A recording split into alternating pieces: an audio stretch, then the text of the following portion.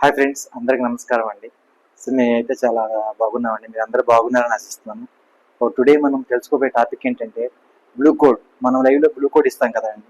So ఆ blue code అంటే ఏంటి, అసలు దానివల్ల ఉపయోగం ఏంటి, దానివల్ల మనకు జరిగే నష్టం ఏంటి, ఆఫ్టర్ ద లైవ్ కంప్లీట్ అయిన తర్వాత మనం బ్లూ కోడ్ ఇచ్చిన వాళ్ళని ఎలా రిమూవ్ చేయాలి.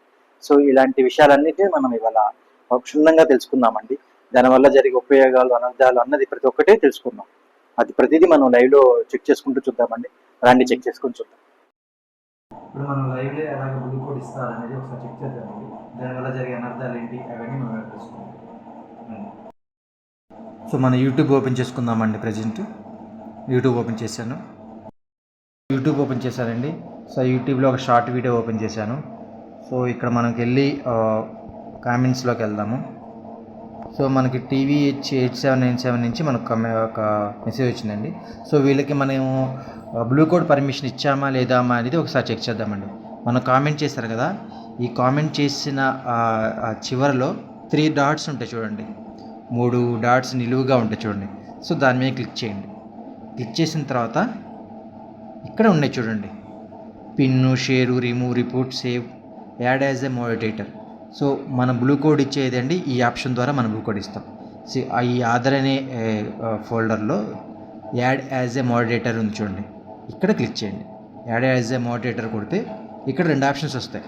సో మేనేజింగ్ మోడరేటర్ ఇస్తామా పర్మిషను, లేదంటే స్టాండర్డ్ మోడరేటర్ అనే ఉంటుంది.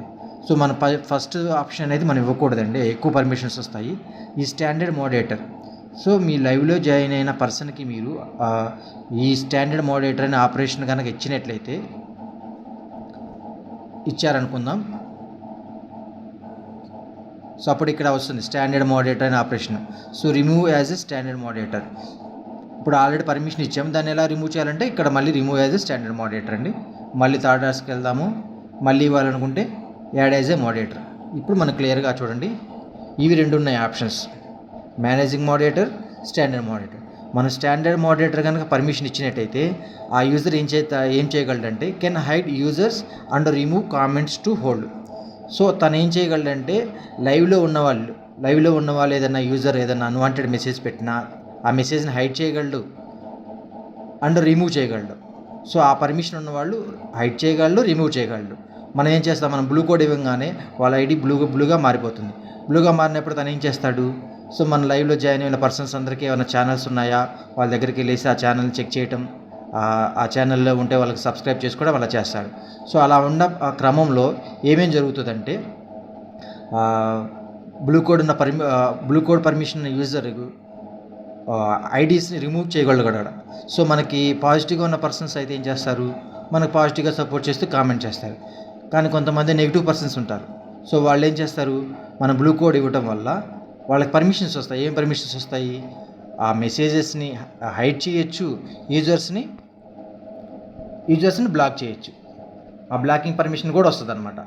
సో అవి ఎలా ఉంటాయి అని మనం ఒక వీడియో తయారు చేశారండి. ఆ వీడియో ద్వారా చెక్ చేద్దాం. అది ఇప్పుడు లైవ్లోనే ఉండండి.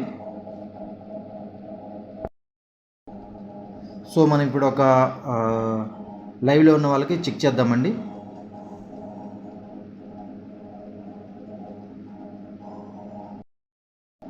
సో మనము బ్లూ కోడ్ ఇచ్చిన పర్సన్కి ఉండే పర్మిషన్స్ అంటే ఇవి ఉంటాయి. మెసేజ్లో తను ఏం చేయగలడు, రిపోర్ట్ చేయగలడు.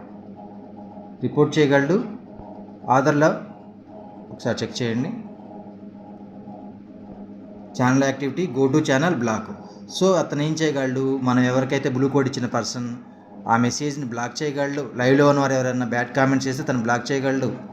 ఛానల్ యాక్టివిటీ, తను ప్రజెంట్ మనకి ఏదైతే మెసేజ్ పెట్టారో ఆ ఛానల్ యాక్టివిటీలో చెక్ చేసుకోవచ్చు.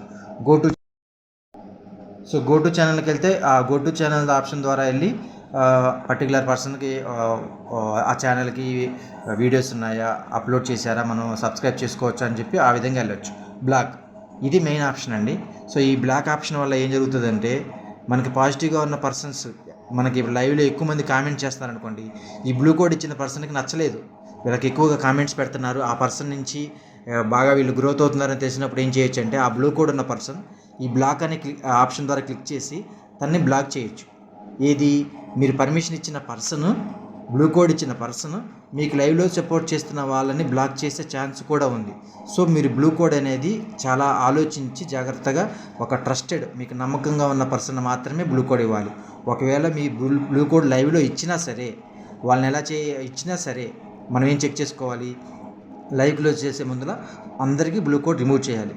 సో ప్రజెంట్ డేస్ ఏంటంటే మనం ఎదుగుతున్నప్పుడు పక్క వాళ్ళు మనని మన బాగోగుల నుంచి మనం ఇంకా ఎదగకూడదనే ఉద్దేశంతో ఆ లైవ్లో మనం సపోర్ట్ చేసే పర్సన్స్ని బ్లాక్ చేసే ఛాన్సెస్ చాలా ఎక్కువ ఉన్నాయి.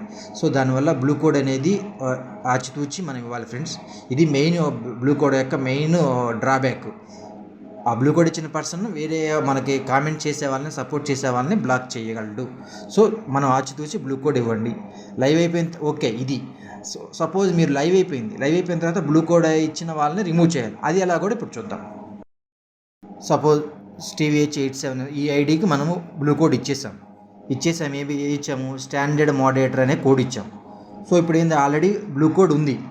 మనం లైవ్ అయిపోయిన తర్వాత ఈ పర్సన్ని మనం లైవ్ చేసే ముందర ఈ పర్సన్కి బ్లూ కోడ్ రిమూవ్ చేయటం మర్చిపోయాం. సో ఇక్కడికి వచ్చేసి ఆ పర్సన్కి వెళ్ళేసి 3 డాట్స్ మీద క్లిక్ చేసి remove as a standard moderator ఇక్కడ క్లిక్ చేయండి.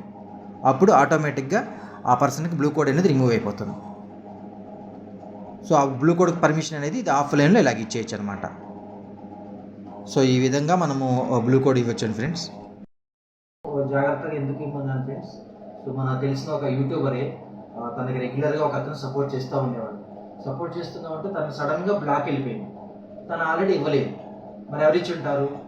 తన లైవ్లో వచ్చి జాయిన్ అయిన వాళ్ళకి తను బ్లూ కోడ్ ఇవ్వటం వల్ల ఆ పర్మిషన్ తనకు వచ్చింది.